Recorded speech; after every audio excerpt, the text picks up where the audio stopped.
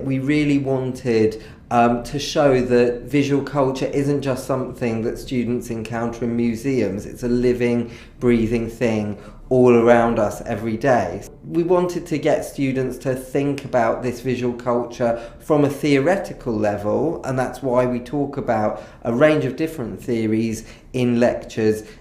in college, in the classroom, but at the same time recognising that it's all around you. And we thought doing a walk where you went out into the world and really started to notice perhaps the various different forms of visual culture that are around you all the time that you maybe take for granted. Doing a visual culture walk would be the perfect way to get students to see that. Some of them will end up largely going into museums and galleries, and that's fine because you're thinking about how that visual culture and that art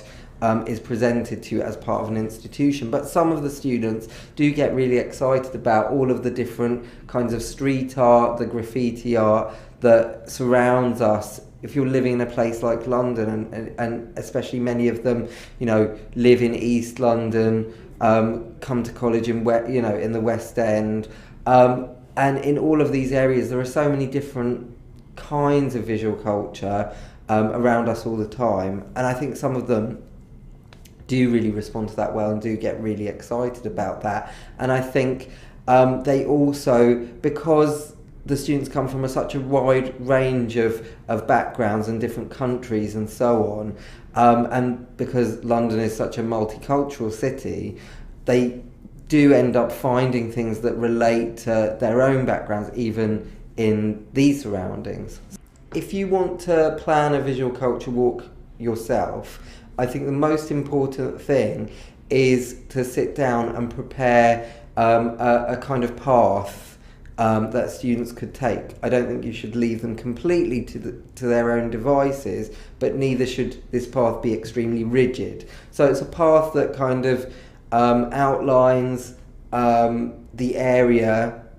that students could look at, and it could be a really wide area actually, and points out various different things that they could potentially look at, but also gives them enough freedom to be innovative with that and to be spontaneous and to make their own decisions about what they want to look at and where they want to go. And what we do is say that we'll be at certain points along the route at certain times, and they can come and talk to you if they need to or if they feel they want to. The advice I would give if you're planning a visual culture walk is to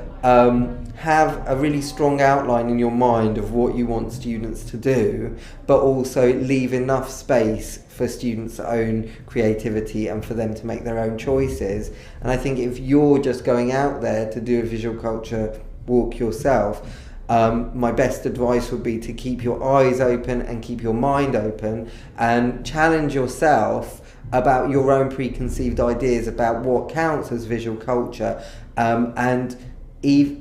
just remember that even the most seemingly ordinary, commonplace examples of visual culture are things that you can challenge and think about and potentially write about when it comes to doing your essay.